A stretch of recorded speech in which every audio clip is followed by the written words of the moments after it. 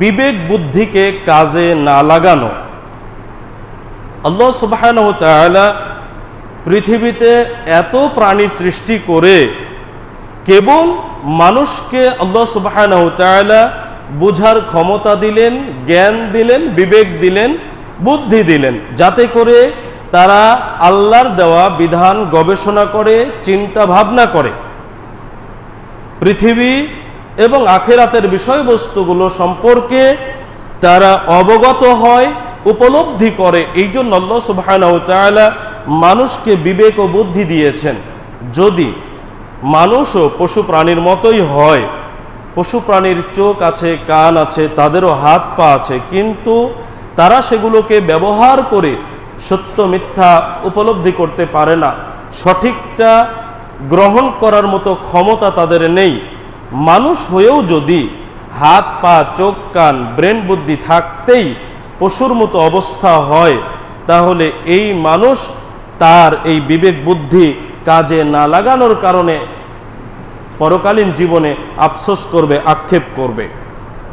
আল্লাহ সুবহানাহু ওয়া তাআলা সূরা মুলকের 10 নম্বর আয়াতে বলেছেন, ওয়াকালু লাউ কুন্না নাসমাউ আও নাআকিলু মা কুন্না ফি আসহাবিস সাঈর।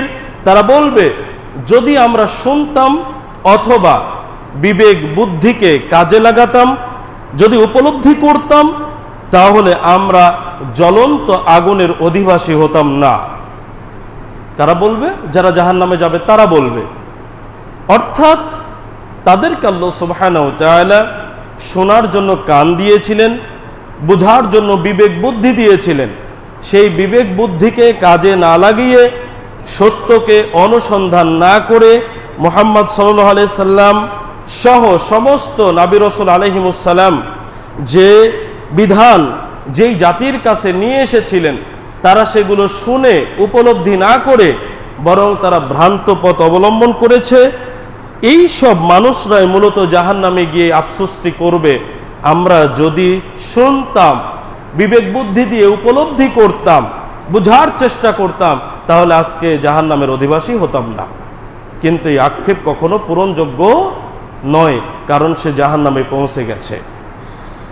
সুতরাং আমাদের কর্তব্য হবে এখানে বিবেক বুদ্ধি আল্লাহ সুবহানাহু ওয়া তাআলা আমাদেরকে দিয়েছেন কাজে লাগানোর জন্য। আমরা শুধু দুনিয়াবি ব্যাপারেই কাজে লাগাবো না, বরং আখিরাতের বিষয়েও বিবেক বুদ্ধিকে কাজে লাগাবো এবং আখিরাতের পাথেও হাসিলে কিভাবে সেটা সহায়ক হতে পারে সেই দিকে সজাগ দৃষ্টি রাখবো ইনশাআল্লাহ।